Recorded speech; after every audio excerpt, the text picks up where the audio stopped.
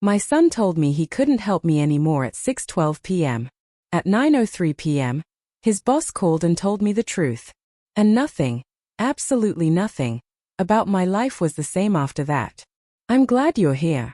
I need someone to hear this, because I still don't know how to hold everything that happened without feeling like I'll break in half.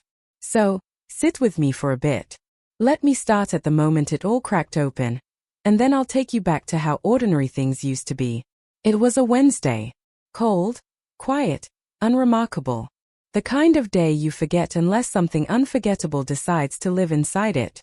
I remember because I'd spent the morning fixing a loose cupboard door and the afternoon doing what I always do, pretending I wasn't worried about money.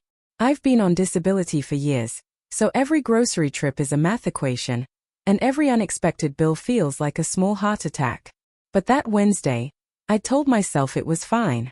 Things were stable enough. My son, Ethan, had been helping me, financially and with errands, and I'd convinced myself we were okay. Not thriving, but okay. So when the phone rang that evening, I answered it with this soft, simple trust. It was Ethan, and I'll never forget his voice. It wasn't angry. It wasn't rushed. It wasn't even cold. It was empty, emptier than I'd ever heard from him. "Mom," he said, "I can't help you anymore." Just like that. 7 words, spoken like he was reading a grocery list. No explanation. No warmth.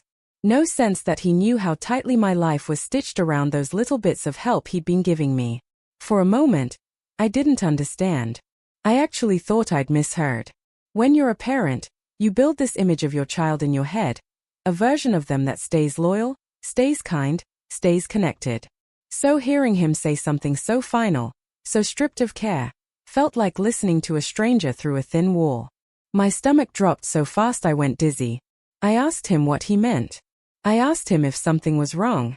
I asked him if I'd done something. I asked him anything that came to mind because panic makes you talk in loops. But he didn't answer any of it. Instead, he repeated it. Word for word. Same tone. "I can't help you anymore." Then he hung up. The silence afterward was so physical it felt like a weight on my chest. You know that moment after a shock when your brain runs around looking for a logical explanation, like a dog searching every room for its missing owner? That was me. I sat at the kitchen table staring at a cup of cooling tea and telling myself a story that made sense. Maybe he was overwhelmed, maybe work was draining him, maybe he was embarrassed about losing money, maybe anything. Anything except the possibility that he meant it in the cruelest way. I tried calling back. No answer. I texted him. Delivered. But no reply. I waited, thinking he'd calm down or explain. But no. 6 minutes. 10 minutes. 30 minutes. An hour. Nothing. By that point, the fear had shifted. It wasn't just about the help itself. It was about being cut off by the person I loved most in the world. I kept replaying the tone of his voice, wondering how I'd missed something so big, wondering if he'd been drifting away for longer than I realized. The worst part was the guilt. That creeping, sickening feeling that maybe I had leaned on him too much. That maybe I'd been blind to the pressure I'd put on him. That maybe this was my fault.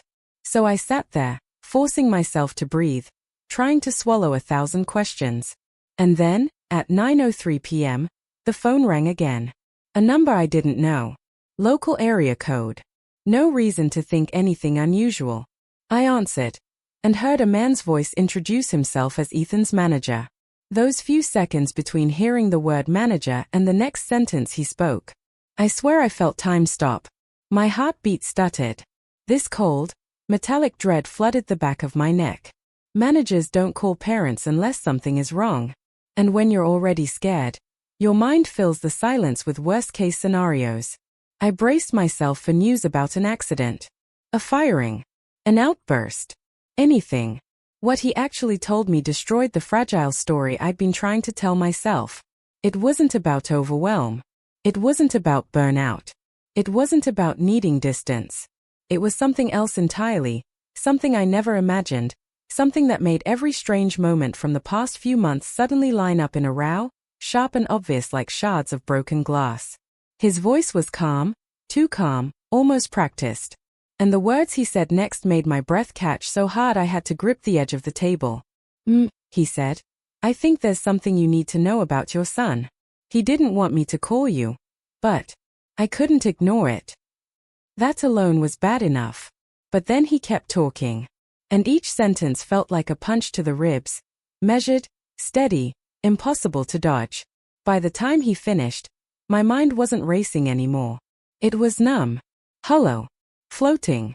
I remember staring at the cracked tile floor, noticing tiny details, like the chipped corner of a grout line, or the faint scratch on the table's surface, because focusing on anything other than what he just told me felt like the only way to stay upright. Part of me didn't want to believe him. Part of me desperately tried to cling to the son I thought I knew. But the manager wasn't lying. His tone was too careful, too reluctant, too heavy with someone else's secret. And suddenly, Ethan's strange distance over the past few months made sense. The shorter visits. The evasive answers. The times he'd show up agitated, looking like he hadn't slept. The guilt in his eyes when he handed me money, like he was giving me something stolen. I had chalked it all up to stress. To growing up. To being 24 and tired. I was wrong. So wrong. Before I tell you what happened next, tell me in the comments, where are you listening from, and what time is it for you? When the call ended, I sat there frozen, hearing the click of the line disconnect but unable to move. It felt like the floor had tilted under me, like I was slipping in slow motion into a nightmare that had been waiting patiently just out of sight. And what terrified me most wasn't the truth itself. It was the realization that my son had been hiding it from me. That he'd rather sever our relationship than let me find out. That I can't help you anymore wasn't a choice. It was a cover. Something had forced his hand. Something far darker than I'd imagined. And I couldn't unhear it. Not anymore. I didn't sleep that night. I just sat in the living room, hands shaking, staring at the front door like Ethan might walk through it and undo everything with a simple explanation. But he didn't. And deep down, I knew he wouldn't. Not now that I knew the truth. Because after that call, one thing became certain. Whatever was coming next, I wasn't prepared for it. But I also wasn't going to look away. And that's where the real story begins. Before all of that, the 6:12 p.m. call, the 9:03 p.m. truth, I used to think of my life as small, but safe. Not perfect. Not comfortable. Exactly. But familiar. Predictable. A little worn around the edges. Like an old sweater that doesn't look like much but keeps you warm anyway. I live in a small ground floor apartment in an older building. The kind with thin walls and radiators that hiss like they're annoyed to still be working. My place isn't fancy, but I know every corner of it. I know exactly where the floorboard creaks near the hallway, and how the light through the kitchen window turns everything a soft orange around 4 in the afternoon. That was my world. 4 rooms, a view of the parking lot, and the habit of counting coins before grocery runs. I've been on disability for a while now. I won't go into the medical details, they're not the point, but let's just say my body and I stopped being on the same team some years back. Work became impossible. Even basic chores turned into little battles. There are days my joints feel like glass and days when just getting from the bed to the bathroom feels like walking a mile. So when I say Ethan was helping me, I don't mean it lightly. He was my legs on the hard days. My driver when my hands shook too much. My lifeline when rent crept up again and the disability check stayed exactly the same. He's my only child. There's no ex-husband in the picture, no siblings, no parents left, no one else who really belongs to me. It's just been the two of us for a long time. Sometimes that felt like a burden, but most of the time, it felt like this quiet, deep bond we didn't even have to talk about. When Ethan was a kid, I always worried I couldn't give him enough. We didn't have vacations or fancy gadgets. But I packed his lunches, I showed up for parent-teacher conferences, I stayed up late sewing patches on his jeans when he tore them. We shared inside jokes about the loud neighbors upstairs and the squeaky elevator. We didn't have much, but we had each other, and that felt like enough. As he got older, he grew into that quiet kind of responsible. Not the loud I'm mature now type. Just steady. He got a part-time job in high school, then worked his way up. He didn't complain. He didn't get into trouble. He was never the kid who stayed out all night or got picked up by the police. If anything, he was almost too careful, too serious for his age. That's why, when I started needing more help, it felt natural that he stepped up. We had this little routine. Sundays were our days. If he wasn't working, he'd come over around 10 or 11 in the morning. I'd put on a pot of coffee, cheap stuff, but I made it strong the way he liked, and we'd sit in the kitchen and just exist together for a bit. No big speeches. Just small talk. Little updates about his week, the occasional joke about the characters at his job. He worked at a medium-sized warehouse and retail place, kind of a mix between storage, delivery, and storefront. Not glamorous, but it was steady pay. He'd tell me about inventory counts and difficult customers and a coworker who always forgot to do half his shift. The way he talked about it, it sounded like he cared. Like he wanted to prove himself. After coffee, he'd usually drive me to the grocery store. He'd grab the heavier bags without making a big deal about it. He'd reach the top shelves. He'd remember to check the prices per unit because he knew I was always trying to stretch what little we had. And then, the part that always made my chest twist a little, when we got back to my place and unpacked, he'd slide a folded bill or two onto the counter. "Here, Mom," he'd say. "Just to help out." Sometimes it was 40. Sometimes it was 60. Once, when I was really behind on an electricity bill, it was a lot more. I'd protest out of habit. "Ethan, you need this for yourself." He'd shake his head, give me this half smile. "I'm fine. Don't worry about it." I worried anyway, of course. But I accepted it. Because here's the thing no one likes to admit. When your life is hanging by a financial thread, you learn how to look away from the discomfort of taking help. You tell yourself you'll pay it back one day, even if you know you probably won't. You tell yourself this is what family is for. You tell yourself that your child is doing this because he wants to, because it doesn't hurt him. I held on to that idea like a blanket. Most days were quiet. I'd wake up, make my tea, scroll absent-mindedly through my phone, and do the small things I could manage: dishes, light cleaning, organizing drawers. On bad days, I'd just sit in my worn-out armchair with a heating pad on my back and a show playing in the background, half watching, half staring at nothing. But the constant background noise in my life was money. Or rather, the lack of it. I kept a notebook in the drawer by the stove. In it, I'd list every bill, every due date, every minimum payment. I'd run numbers over and over. Some months, it felt like this impossible puzzle I was never meant to solve, where no matter how I moved things around, something stayed unpaid. Ethan knew that, at least in broad strokes. I never wanted to drown him in details, but he wasn't stupid. He saw the overdue notices on the table sometimes. He heard me sigh when I opened the mail. He knew my body couldn't just magically go back to work. And instead of pulling away, he started coming around more. He'd bring over leftover food from his place, a container of pasta, some takeout he couldn't finish, extra groceries he accidentally bought too much of. He'd brush it off like nothing. "We had a staff meal and I thought you'd like some," he'd say. Or, "They gave us extra, so I took it." Little kindnesses, over and over, until I started to breathe a bit easier. I won't lie. I was proud of him. Proud in that quiet, private way only a parent really understands. Not because he was making a lot of money, he wasn't, but because he chose to share what he had, even when it meant he probably had less for himself. I'd look at him some evenings, sitting at my table eating reheated leftovers, scrolling on his phone, his brow slightly furrowed the way it always is when he's focused on something, and I'd think, I did at least this one thing right. I raised a good man. Of course, I had my fears. I worried he was taking on too much. I worried he'd burn out working extra hours. I worried he'd resent me one day for needing so much. But he never snapped at me. Never exploded. If anything, he kept saying everything was fine. That work was busy, but okay. That he was managing. That I shouldn't stress so much. Sometimes I believed him. Sometimes I didn't.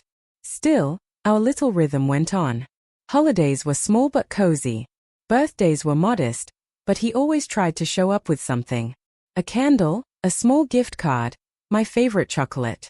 Once, He even surprised me with a second-hand tablet so I could watch things more comfortably from my chair. I cried over that one, quietly, after he'd left. I knew he couldn't really afford it. Looking back, that should have been a bigger clue. That tablet. The random cash. The fact that he started insisting on paying for more and more things, shrugging off my questions. At the time, though, I wrapped it all in the narrative I wanted. My son is working hard. My son is generous. My son is making it work. We'd talk about small things. Sales at the store, the weather, a funny customer, a video he'd seen online. He didn't open up about his inner world much. But that wasn't new. Ethan has always been more of a listener than a talker. I thought I understood his quietness, that I could read him in other ways, the set of his shoulders, the way his eyes softened when he looked at me. And most of the time, he did look like Ethan. My Ethan. Tired, sure, but still there. There was one moment, though, a tiny one, that stands out now, like a little blinking light in the rearview mirror. It happened maybe 2 months before everything blew up. He'd come by after his shift. He looked a bit more worn than usual, but I chalked it up to overtime. I was making us both tea, and I mentioned, almost jokingly, that he must be getting paid a fortune with all those extra hours. He froze. Just for a second. Then he laughed. Too quickly. Yeah, he said. Something like that. Something in the way he said it made my stomach twitch. I remember glancing over at him. His eyes weren't on me. They were on the floor, his thumb tapping rapidly against the edge of his phone. I almost asked, "Is everything okay at work?" I almost asked, "They're treating you fairly, right?" I almost asked, "You're not doing anything risky, are you?" But I didn't. I told myself I was overthinking. I didn't want to nag. I didn't want to make him feel like I didn't trust him. So I swallowed that unease, smiled, and slid his mug across the table. He took it with a small, distracted thanks. It was such a tiny moment, so easy to ignore, but later, when the truth finally came out, that half-second pause before his laugh replayed in my mind on a loop. Like the first hairline crack in glass you don't see until the whole thing shatters. And I had no idea then that everything was already starting to break. I didn't sleep after the manager's call. Not even for a minute. I didn't cry. I didn't pace. I didn't scream. I just sat very still, feeling like my mind had become this thin, fragile thing stretched too far. The kind of thing that tears if you even breathe too hard. I replayed the manager's voice again and again, trying to make sense of what he'd said. He didn't want me to call you, but I couldn't ignore it. Ignore what? Ignore how long? Ignore why? He'd spoken in these careful, half-finished phrases. Enough to terrify me, but not enough to explain anything. The single sentence that haunted me most was, "There have been incidents." Incidents. What a useless word. It could mean anything from being late to something life-shattering. All he told me, really told me, was that Ethan had been under unusual pressure at work. That he'd been covering responsibilities that didn't belong to him. And that he'd been financially compensating for shortages. Shortages.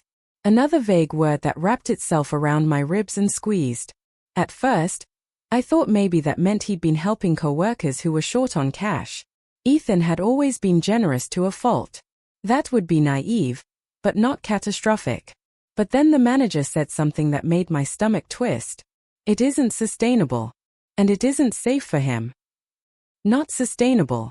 Not safe. And that was when the fear turned into something colder, sharper.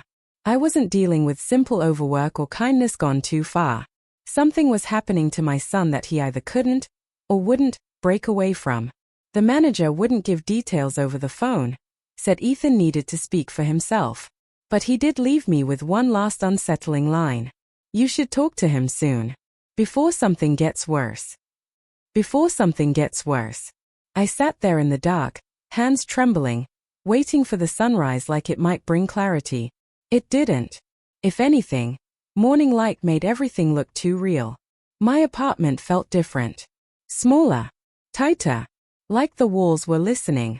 I kept checking my phone, hoping Ethan would text, call, explain, anything. Nothing. Not even a read receipt. He'd shut me out completely. By mid-morning, a new fear slipped in alongside the old ones. What if he thought I'd misunderstood? What if he was angry that his boss called me?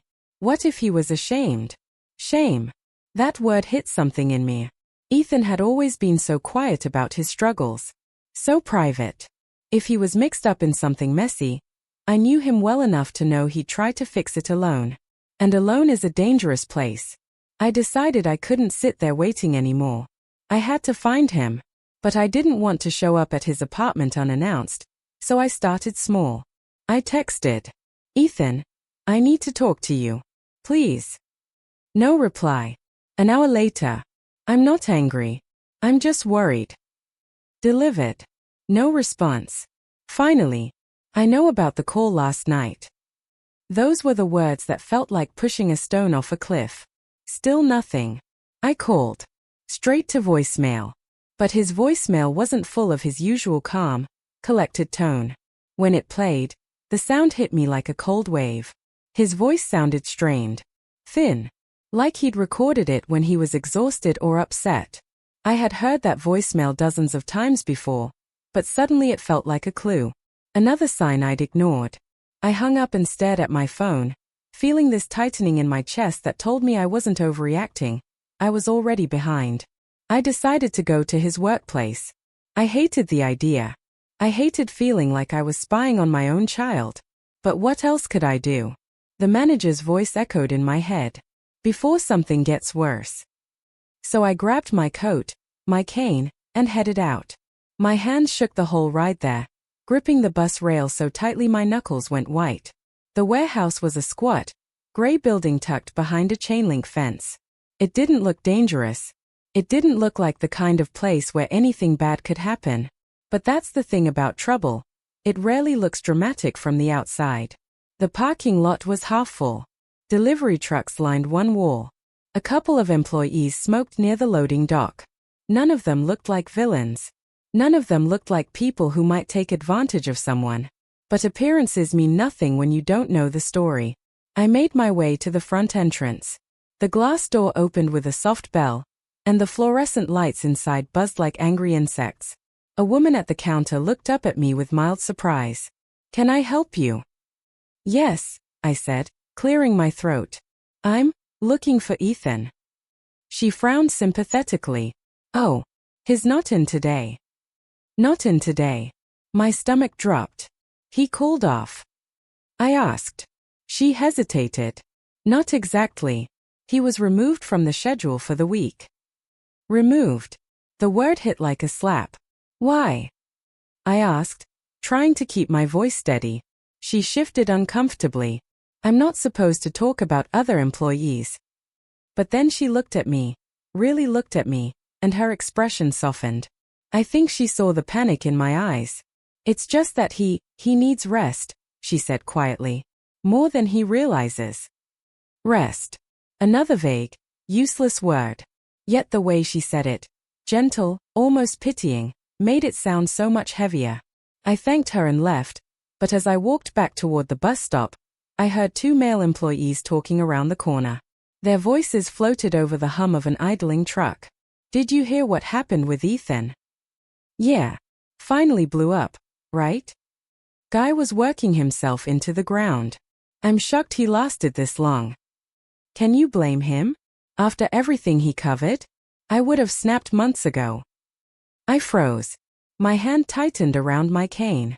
Everything he covered. Working himself into the ground. Snapped. The first concrete clues. Small, fragmented, but undeniable. I shouldn't have listened, but I did. Their words fed my fear until it was a living thing inside me. I didn't approach them. I didn't want to embarrass him. But I walked away with my pulse pounding in my ears. By the time I got home, something had changed in me. The fear wasn't scattered anymore. It had a shape, a direction. Something was happening to my son at that workplace. Something he didn't choose. Something he tried, desperately, to handle alone. And I'd been blind to it. That night, I sat at the kitchen table again, staring at my phone, waiting for a call that didn't come. My tea went cold without me noticing. The minutes dripped by like thick syrup. Finally, at almost midnight, Ethan texted. Just one line. Don't come looking for me. My heart stopped. No greeting. No explanation. Just a warning. A warning from my own child. And in that moment, more than the boss's call, more than the warehouse whispers, that was the moment I knew. Something was very, very wrong. And it was about to get worse. I didn't sleep again after Ethan's midnight message. How could I? A message like "don't come looking for me" doesn't let a parent sleep. It settles in your chest like a stone, heavy and unmoving, pressing on every breath. I held my phone like it might vibrate with an explanation. It didn't. Outside, the world was quiet. Too quiet. Even the occasional car passing by felt muted, like the universe was holding its breath with me. By morning, my stomach was in knots. I kept thinking about the whispers I'd heard near the warehouse, the way those two employees talked about Ethan working himself into the ground, covering for things that weren't his responsibility, snapping after months of pressure. Pressure from who? Pressure for what? And why would Ethan push me away when he needed help the most? I tried texting him again, softer this time. I'm worried. Please come home. Nothing. Then. We can talk whenever you're ready. You don't have to hide from me. Still nothing. By noon, I felt sick. Real, physical nausea from the stress. My hands trembled so badly I almost dropped my mug. I knew sitting around wasn't an option anymore. I had to do something. Anything. Even if it meant pushing boundaries I'd never dared touch before. So I called the manager. It took all my courage to dial the number he'd called from the night before. I didn't even know his name. When he answered, his voice was firm, professional, like he was already anticipating my call. Hello. I swallowed. This is Ethan's mother. We spoke yesterday. He let out a slow breath, and that tiny sound alone made my chest tighten. He didn't sound surprised. He didn't sound annoyed. He sounded regretful. Yes, I'm glad you called. Glad. I expected him to say busy or I can't talk, but glad? That terrified me even more. He asked if I could meet him in person. He wanted to talk face to face. And if someone insists on meeting in person, you already know the news is bad. I almost said no. My body wasn't in great shape that day. But I forced myself up, grabbed my coat, and made the trip again. The ride felt longer this time. Every bump reminding me how fragile everything suddenly felt. The manager met me not in the warehouse itself, but in a small, dim office off the main hallway. The blinds were half closed, letting in slanted strips of light that made the dust in the air visible. It smelled faintly of stale coffee and paperwork. He gestured for me to sit. I lowered myself onto the chair, gripping my cane. He sat across from me, elbows on his knees, hands clasped. Before I say anything, he began, I need you to understand something. Your son is a good worker. One of the best we've had. My throat tightened. Compliments always feel like preludes to bad news. He takes on tasks no one else wants. He never complains. He comes in early, stays late, covers for people who call out. He's dependable. He paused, searching for gentle words. Almost too dependable. I frowned. What do you mean? He hesitated, then leaned back. Ethan has been covering financial discrepancies for months now. My heart slammed into my ribs. What kind of discrepancies? At first? Small ones, he said quietly. Missing inventory. Cash shortfalls. A damaged item here or there. He kept insisting he'd take care of it. Said it wasn't a big deal. I blinked at him. You let him pay for that? Out of his own pocket? The manager exhaled sharply. We didn't know at first. He hid it well. Too well. By the time we realized what he was doing, he'd already been helping multiple co-workers. My stomach twisted. Helping them? How? He looked down, his expression shadowed. Some of the guys figured out Ethan doesn't like conflict. That he'll fix things quietly instead of reporting them. If they messed something up, they'd tell him. And he'd cover the cost. Or the time. Or the missing stock. I stared at him in disbelief. Why would he do that? Because he thought he was protecting people. Because he didn't want anyone to get written up. Because they pressured him. They told him they'd lose their jobs if he didn't help. And he believed them. My hands trembled on my lap. So they took advantage of him. Yes, he said softly. Over and over. How much? I whispered. How much has he lost? He didn't answer right away. He closed his eyes briefly, like he was choosing his words with care. A lot more than he could afford. I felt like the room tilted. I gripped the edge of the chair to steady myself. As time went on, he continued, it got worse. Some employees learned he'd rather sacrifice himself than report them. They started going to him for everything. Missing hours, broken equipment, even personal debts. And Ethan, he just kept saying yes. My voice cracked. Why didn't anyone stop them? He looked ashamed. Truly ashamed. Because Ethan didn't tell us, he said. And because the people doing it were subtle. It was pressure, not outright threats. But that doesn't make it okay. We only caught on when we saw his paychecks dropping and started asking questions. I felt tears sting my eyes. He has barely eaten at work, the manager added. He's lost weight.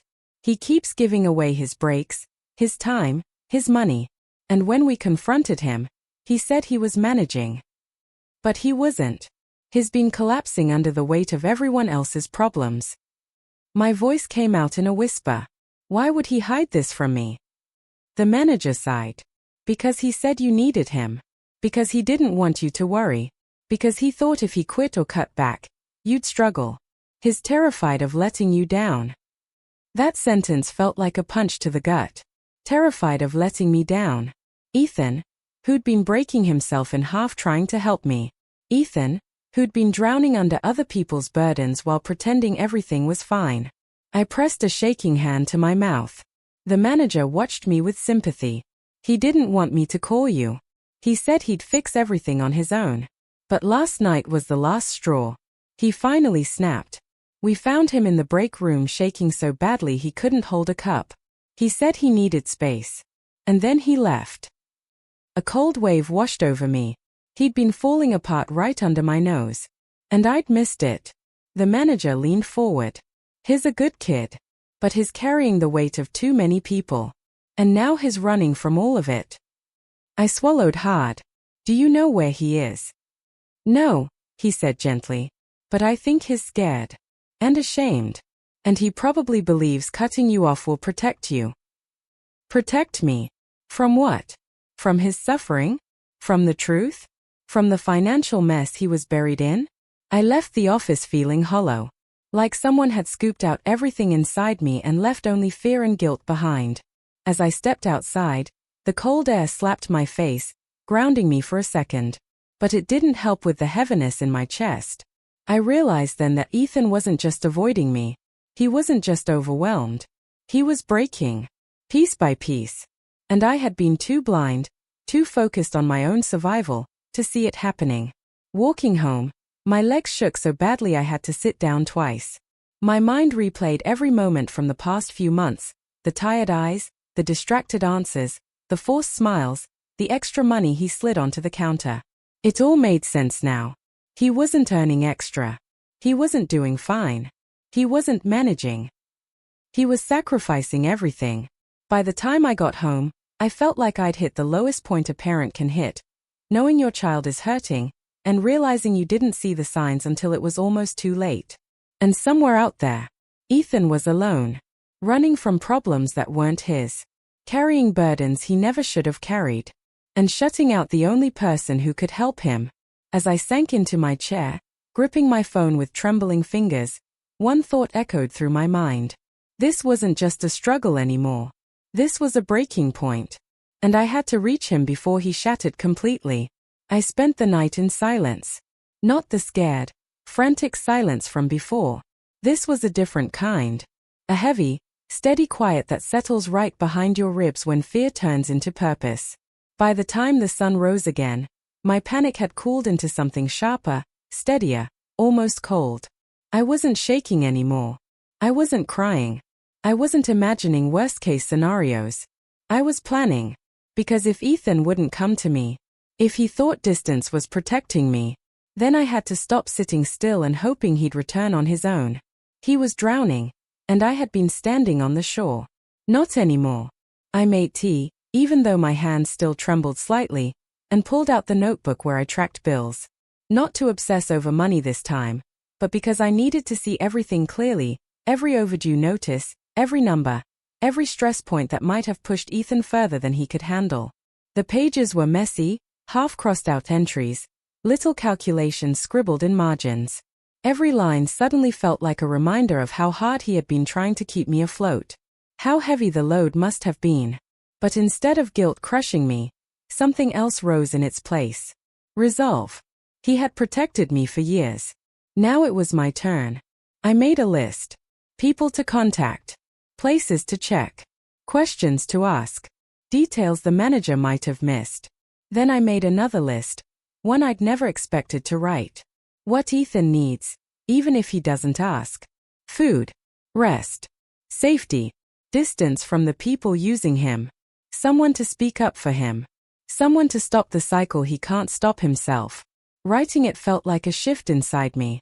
Like everything that had been scattered finally clicked into place. The truth was simple, painful, and undeniable. Ethan wasn't the problem. The people exploiting him were. All the pressure, the shortages, the guilt, it all traced back to them.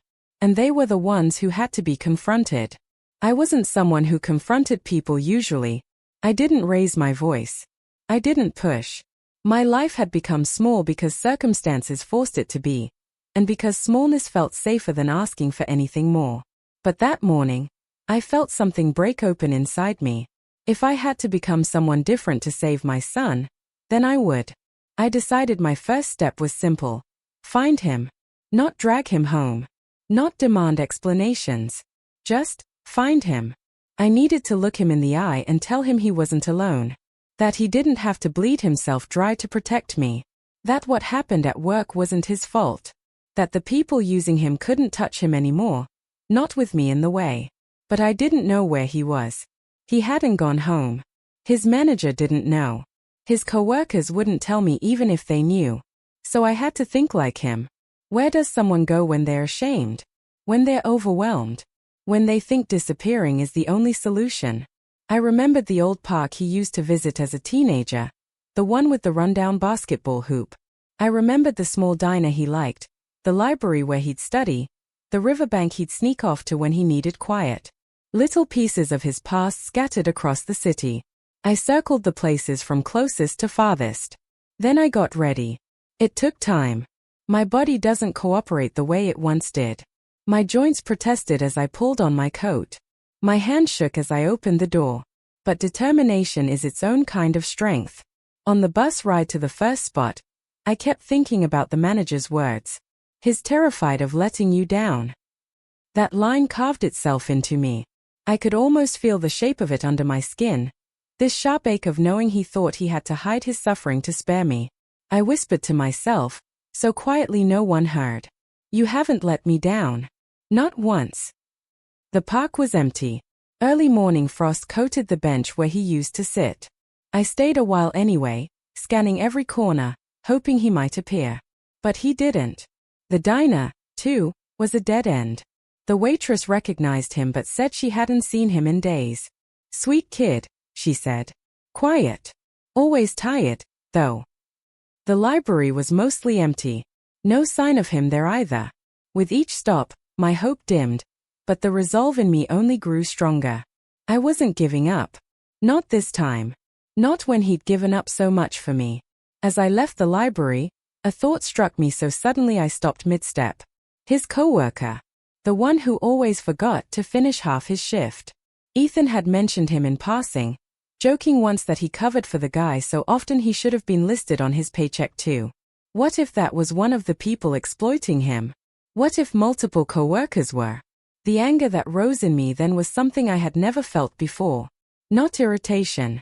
Not frustration. Pure, cold anger. Anger that my child had been taken advantage of. Anger that people had watched him wear himself down and stayed silent. Anger that Ethan thought he had to cut me off to survive it. I wasn't going to let those people continue hurting him. I didn't care how uncomfortable it made them. I didn't care how they reacted. For the first time in a long time, I didn't feel powerless. I took out my phone and called the manager again. He answered quickly. Hello. I need their names, I said quietly. The people who used my son. There was a pause, heavy, uncertain. I'm not supposed to give that information, he said. I'm not asking you to report them, I replied. I'm asking you to tell a mother who hurt her son. I'm finding him, and I need to know who I'm protecting him from. He didn't speak for several seconds. Then he exhaled slowly. I can tell you who he covered for most often. He gave me 2 first names. That was enough. I thanked him and ended the call. I wasn't planning something dramatic. I wasn't planning revenge in the loud, cinematic sense. My plan was simple. I would track down Ethan. I would step between him and those people. I would tell them they'd used the wrong boy. And they were done. No yelling. No threats. Just a firm, unshakable boundary, a kind they couldn't manipulate. But before I could reach any of them, I had to find my son. As I walked toward the bus stop again, my body tired but my mind sharp, I felt something I hadn't felt since this nightmare started. Control. A quiet kind of control. The kind that settles into your bones when fear begins to bow to determination. But just as I approached the bench at the bus stop, my phone buzzed in my hand. I looked down. A message from an unknown number. Just one line. If you're looking for Ethan, stop. You don't want to get involved. My breath caught. Not Ethan's number. Not Ethan's voice. Someone else knew I was searching. Someone who didn't want me to find him. And in that moment, everything shifted again. From resolve to danger. My thumb hovered over the screen. That message stared back at me like a threat. If you're looking for Ethan, stop. You don't want to get involved. For a second, my body did what it always does. Freeze. Panic.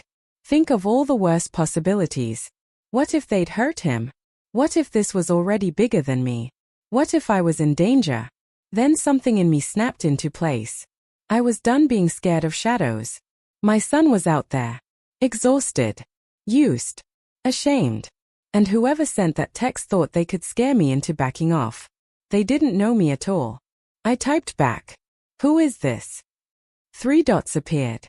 Then disappeared. Then nothing. Fine. If they wouldn't answer, I'd make them. I didn't go home. I didn't sit and think. I went straight back to the warehouse. The ride felt different this time. My heart pounded, but my mind was clear. The fear was still there, but it sat behind the anger now, not in front of it. By the time I reached the parking lot, a few employees were outside again, loading a truck. The air smelled like exhaust and cardboard. I walked straight through the front door. The woman at the counter glanced up. Recognition softened her expression. Hi. Back again. Yes, I said. My voice sounded steady, even to me. I need to speak to the manager. Right now. She didn't ask why. Maybe she saw something in my face. She made a quick call, murmured something into the phone, then told me to wait. He came out a minute later. Same man. Same tired eyes. He said, is everything? I cut him off. Someone just texted me and told me to stop looking for my son. His expression changed instantly. What? I held up my phone. Unknown number. They know I'm searching. They told me, you don't want to get involved. His jaw tightened. Can I see that? I handed him the phone. He read the message, then looked back at me with a new, sharper focus. This isn't acceptable, he muttered. Not at all. Who would know I'm looking? I asked. You. His coworkers. That's it. Someone here sent this. Someone who doesn't want me to find him. I watched him think. His eyes narrowed slightly. I'm calling security and HR, he said. We'll handle this. You don't need to. No, I stepped closer. I do need to. Because you can send someone home. You can fire someone. But I'm the one who has to deal with the damage they did to my son. He hesitated. Then he nodded once. Come with me. We walked through the hallway, past the shelves, the buzzing lights, the stacks of boxes. Everything felt louder, sharper, like the entire place was holding its breath. He led me into a small conference room with a table and a few chairs. A glass window looked out onto the main floor, where employees moved like restless ants. Sit, he said. I'll get the people he's been covering for. The 2 names you gave me? I asked. Yes. He left the room. I stood instead of sitting. I wanted to feel my feet planted when they walked in. I wanted to look them in the eye. Within minutes, the door opened again. 2 men came in. You wouldn't pick them out of a crowd. One taller, one shorter. Work uniforms. Tired faces. Hands rough from lifting boxes. They could have been anyone. That almost made it worse. The manager came in behind them and closed the door. What's this about? The taller one asked, defensive already. This, the manager said tightly, is Ethan's mother. They both froze. Good. I looked at them. Really looked. Their eyes flickered away, then back, then down. Guilt always has a way of leaking out around the edges. I got a text this morning. I said quietly. It told me to stop looking for my son. It said I didn't want to get involved. Neither of them spoke. Whoever sent it, I continued, knows what you've been doing to him. The shorter man scoffed. We didn't do anything. That's a lie, the manager snapped. We know you've been asking him to help cover your mistakes. We've seen the logs. We've seen the cameras. We've seen him staying late for your screw-ups. And now his mother is getting messages telling her to back off? That's not a coincidence. They shifted uncomfortably. I didn't send anything, the taller one mumbled. The manager crossed his arms. Give me your phones. They both hesitated. For a second, I thought they might refuse. Then the HR woman stepped in. I hadn't even noticed she'd quietly entered behind them. Now, she said sharply. They handed their phones over. The HR woman started scrolling. The room was silent except for her swiping and tapping. My heart pounded so loudly I could hear it in my ears. Then she stopped. Her eyes narrowed. She turned the screen toward the manager first. His lips pressed into a hard line. Then she showed me, on the taller man's phone, clear as day. My number, if you're looking for Ethan. Stop. You don't want to get involved. Time-stamped. Just an hour earlier. My hands clenched. You, I said softly. He glanced away, then laughed nervously. It was just a joke. I didn't mean anything by it. A joke. My voice came out sharper than I expected. Threatening a mother who's trying to find her son is a joke. He shrugged. He's an adult. He can handle his own. Enough, the manager snapped. The HR woman's expression was ice. I want to be very clear, she said. You admitted last week that Ethan covered 2 damaged shipments for you. That he paid for 1 out of pocket. That you asked him to help you out so you wouldn't get written up. The taller man didn't answer. And you, she turned to the shorter one, had him clock in early under your login and cover your missed time. Then he worked his own shift on top of that. You told him you'd make it right. You never did. The shorter man opened his mouth. Closed it. His shoulders slumped. He muttered. We just thought he didn't mind. He didn't mind. My voice broke around the word. You watched him lose weight. You watched him shake. You watched him exhaust himself. And you thought he didn't mind. Neither of them looked at me. He never said no. The taller one mumbled. People who are afraid don't always say no, I said. People who think they have to fix everything don't always say no. People who think they'll lose everything if they fail don't always say no. The room was quiet. The anger in me wasn't loud.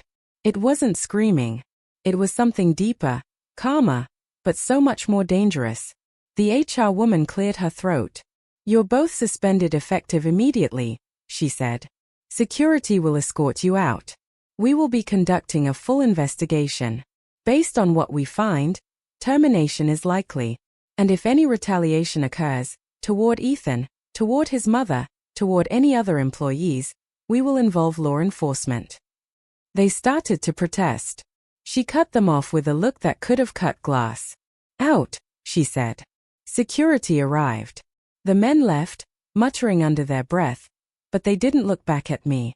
I stood there, breathing hard, as the room emptied out again, leaving just me, the manager, and HR. This doesn't fix everything, I said, my voice shaking now that the moment was passing. He's still out there. He's still broken. The manager nodded. It doesn't fix everything, he agreed. But it stops them. And it shows him that someone finally took his side. I swallowed. He doesn't know any of this happened. Not yet, the HR woman said. But he will. How? I asked. The manager glanced out the window into the warehouse. Then he turned back to me. Because he just walked in the front door. For a second, I didn't understand. Then my heart lurched. I turned to the glass window. There he was. Ethan. He looked smaller somehow. Shoulders slumped. Eyes shadowed. He stood at the entrance, clutching his bag like a shield, talking to the front desk woman. I could see the confusion on his face, the exhaustion in the way he held himself. My legs moved before my brain caught up. I left the conference room. My cane tapped hard against the floor as I walked, faster than I had in a long time. He turned just as I reached the hallway. Our eyes met. He froze. Mom. His voice cracked on the word. He looked like he wanted to run. Fight or flight flickered across his face. Shame. Fear. Panic. All of it. I didn't give him a chance. I stepped right up to him. Not too close. Just close enough that he couldn't pretend I wasn't there. You told me not to look for you, I said softly. But I did. His throat worked as he swallowed. You shouldn't be here, he whispered.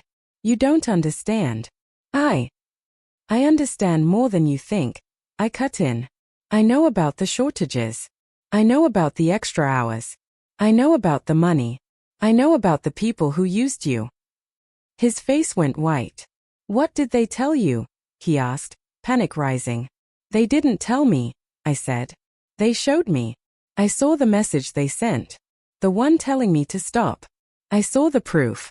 They're suspended. They're being investigated. He stared at me, like he couldn't process the words. They what? They used you, I said quietly. And it ends now. His eyes filled with tears so fast it startled me. He looked away, jaw clenched, shoulders tense like he was holding himself together by sheer force. I was trying to fix it, he whispered. I was going to make it right. I didn't want you to know. I didn't want you to see how badly You didn't do anything wrong, I said. The words came out firm. Final. He let out a shaky, broken laugh. I couldn't help you anymore, he said. I couldn't even help myself. My heart shattered. That's not your job, I said. It was never your job to save me. Or them. Or anyone. He shook his head, tears spilling over now. You don't get it, he said, voice cracking. If I walked away, you'd have nothing. If I reported them, everyone would hate me. If I stopped paying, they'd get written up. I thought if I just tried harder. You almost destroyed yourself, I said. Silence. People moved around us, glancing over, but the world felt narrowed down to just the space between us. I'm done letting you disappear into other people's messes, I said quietly. You are not a shield. You are not a wallet. You are not a mistake-fixing machine. You are my son. And I am here, whether you like it or not. His face crumpled.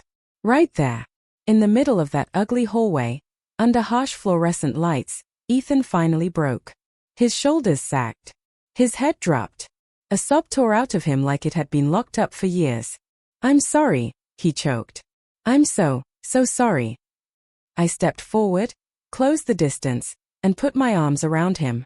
My body hurt, but I held on anyway. Don't you ever apologize, I whispered into his shoulder. Not for this. Not for needing help. Not for being human. He shook against me. I felt every tremor. Behind us, I sensed people looking away, giving us that fragile bubble of privacy.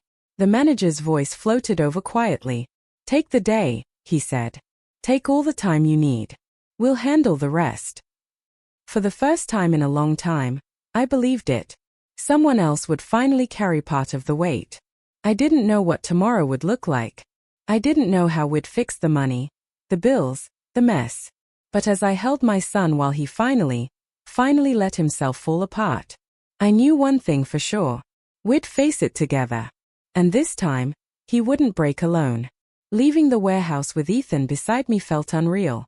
Just a few hours earlier, I'd been terrified, panicking, guessing, imagining the worst. Now he was right there, walking slowly, his shoulders slumped, but his steps steady. His eyes were swollen from crying, cheeks blotchy, exhaustion written across every line of his face. He looked like someone who had been holding up a collapsing roof for months and had finally let go. I didn't touch him on the way out. I didn't push. I just walked next to him, matching his pace, giving him space while still being beside him. When we stepped outside, the afternoon sun hit us both. It wasn't warm, but it was bright enough to make us squint. For a moment, we just stood there in the quiet parking lot, like neither of us knew what came next. Finally, Ethan spoke, his voice small. Can we go home? I mean, you're home. Those two words, you're home, went straight to my heart. He could have gone to his apartment. He could have asked to be alone. He could have said nothing. But he chose to come with me. Of course, I said softly. Let's go. We took the bus. Neither of us talked much. There didn't need to be words. His head rested lightly against the window, and for a few seconds at a time, his eyes would drift closed like he couldn't keep them open anymore. His body shook once with a suppressed sob. I pretended not to notice. I didn't want to embarrass him. But silently, I moved one seat closer so he could lean if he needed to. By the time we walked into my apartment, the weight in the air felt different. Still heavy, but not crushing. More like a storm had passed, leaving everything damp and fragile, but strangely calm. I shut the door behind us. Ethan stood in the middle of the living room, looking overwhelmed by the familiarity of it. It looks the same, he murmured. Yeah, I said. It's home. And it's yours too.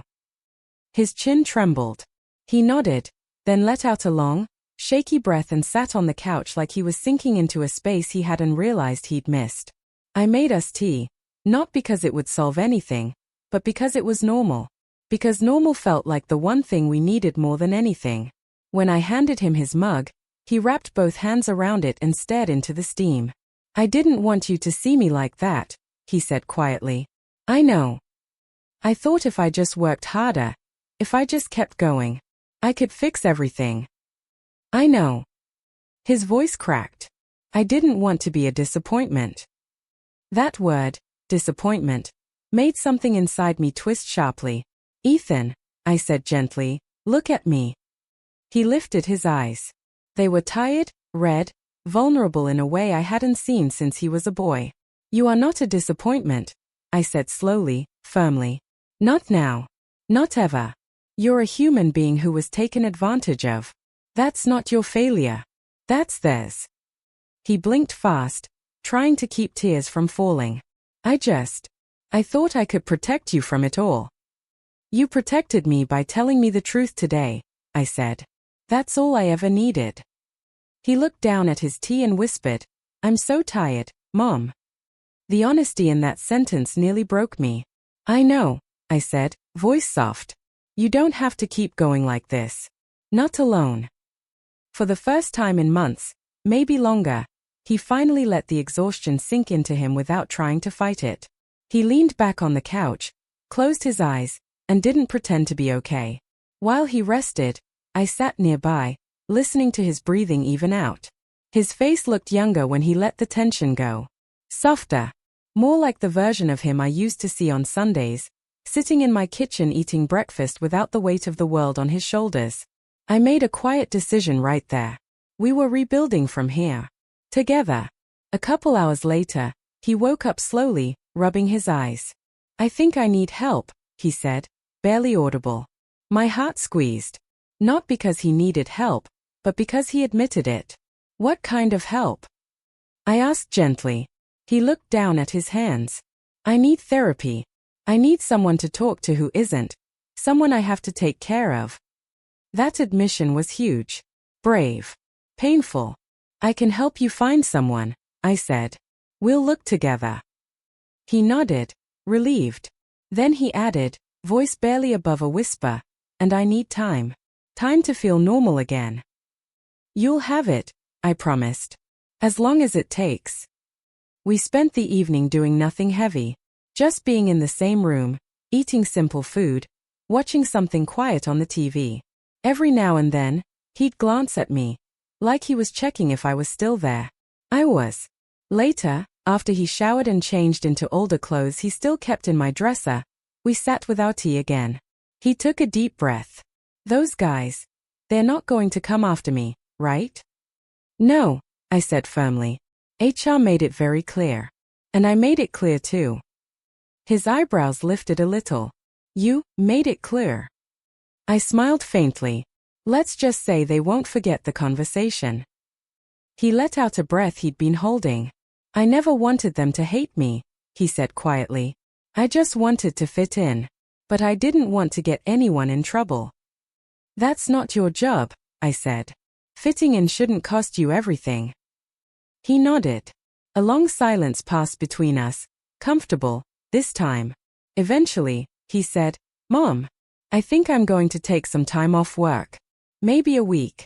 Maybe more. That's a good idea. And I want to start fresh when I go back. Set boundaries. Not let them pull me into every little thing. That's an excellent idea. He looked up at me, surprised by the ease in my voice. You're not mad, he asked. Mad? I echoed. At you. He shrugged. For hiding things. For trying to do everything myself. I reached out and squeezed his hand. I'm not mad, I said. I'm proud. Not of what happened. But of you. For surviving it.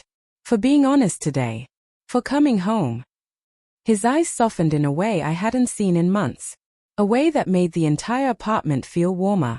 And then, in a voice so quiet it almost broke me. Thank you for coming for me.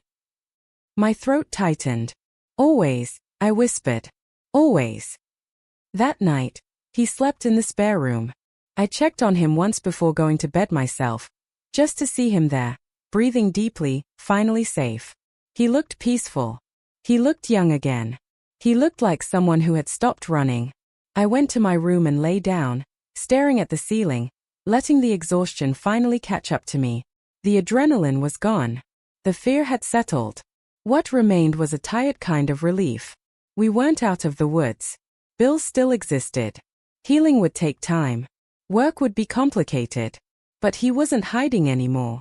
He wasn't being used anymore. He wasn't alone anymore. And for the first time since this nightmare began, I let myself breathe fully. As I drifted towards sleep, one thought echoed in my mind. Soft, real, hopeful. We survived the worst. Now we can start again. The days after everything came out were slow, quiet, and strangely gentle. Ethan stayed with me for a while, longer than he probably expected to. At first he moved around the apartment like a shadow, trying not to take up space. He apologized when he used a plate. He apologized when he sat too heavily on the couch. He apologized for things he had no reason to apologize for. Trauma does that. It makes people shrink.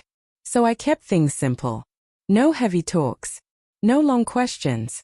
No digging into feelings before he was ready. We woke up slowly. I made tea. He made toast. Sometimes we ate in silence. Sometimes he'd tell me about a show he'd watched. And sometimes he'd just sit quietly with his mug in both hands like it was the only warm thing he trusted. And every time he spoke, his voice was just a little steadier. One morning, he said, almost shyly, Mom, I think I want to try cooking again. Something simple. So we made scrambled eggs together. It wasn't perfect. He burned the first batch. But the smile he gave me after tasting the second one felt like sunshine. Another night, he asked, can I help you organize those drawers? Just a small task. 5 minutes of sorting receipts and old envelopes. But it was the first time he initiated anything since the breakdown. Piece by piece, he was coming back to himself. He also kept his promise about therapy. We found someone affordable. Someone who specialized in work trauma and burnout. He didn't want me to come to his first appointment, but he asked me to sit with him before he left, which told me everything I needed to know. After his session, he came home quieter, but not in that frightening way. More like his mind was full of new thoughts. He didn't share much at first, but later that evening, he said, "She asked me when I last felt safe." I stayed quiet. Let him continue. And I didn't know how to answer, he admitted. That scared me. "But you're here now," I said softly. "That's a start." He nodded. That moment, simple, fragile, felt like a window opening. I could see him rebuilding from the inside out. Meanwhile, the warehouse followed through with everything HR promised. The two men who used him were suspended pending investigation. Eventually, both were terminated. When Ethan heard the official decision, he just nodded, almost numb. "I don't feel good about it," he said quietly. "But I don't feel guilty either." "You shouldn't," I replied. "You didn't choose any of this." The manager checked on him twice during his time off. Not prying, just checking. Letting him know he wasn't forgotten. That he wasn't defined by what happened. Ethan appreciated that more than he admitted. Money-wise, well, we still struggled. There was no magical fix. No sudden inheritance. No surprise promotion. Just the same old bills. The same worn-out notebook of numbers. But for once, we were honest together. We made a plan. He'd cut back on the overtime. I'd apply for assistance programs I'd been too proud to try before. We'd talk through expenses. We'd look at the truth without flinching. And one night, when he caught me staring at the overdue electricity bill with worry tightening my face, he said something that surprised me. "Mom, I don't want you to hide money stuff from me anymore. I want us to figure it out together. But in a healthy way. Not how it was." That not how it was hit hard. "I don't want that either," I whispered. There were setbacks, of course. There always are. One morning he woke up quiet and brittle, unable to get out of bed for hours. Another day he had a panic attack in the kitchen when he dropped a glass and it shattered. He apologized over and over until I held his shaking hands and told him, "It's just a glass. You're safe." Healing isn't straight. It bends and loops and knots itself before it smooths out. But every knot he loosened made the next day a little easier. He began spending time with healthier co-workers, people who actually respected him. He started reading again, something he hadn't done in months. He rediscovered music. He even went on a walk one afternoon, alone, and came back with this surprising glow in his eyes. "It felt good," he said quietly. "Like my head could breathe." We celebrated that small victory with cheap ice cream. One evening, about a month after the day everything broke, he came to sit beside me on the couch while I folded laundry. He didn't say anything at first. He just sat there, comfortable, present. Then he said, "I didn't realize how close I was to collapsing." I paused, waiting. "I thought I could hold everyone together," he continued. "I thought if I worked harder, they'd respect me. Or maybe they'd stop needing me so much. But instead they took more. And I kept giving. And I didn't know how to stop." "You know how now," I said gently. He nodded. "Yeah, I'm learning." A quiet moment passed. Then he added, "I'm sorry for shutting you out." I touched his arm. "I'm just glad you came back," I said. "That's all that matters." He leaned back, exhaling slowly. "You know, for a long time, I carried this guilt. This deep, heavy guilt that maybe I failed him. Maybe I leaned too hard on him. Maybe I was the reason he broke. But watching him heal, watching him grow, watching him choose himself for the first time, I realized something important. He didn't break because of me. He broke because he was alone. And now he wasn't alone anymore. These days, our home feels different. Warmer somehow. We laugh again. We cook together sometimes. He talks to me, not about everything, but enough.